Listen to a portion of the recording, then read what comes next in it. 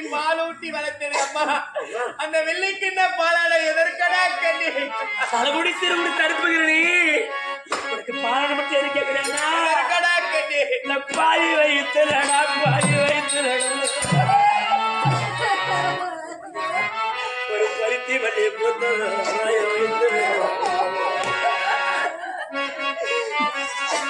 இந்த கல்லி வயிற்றுலடா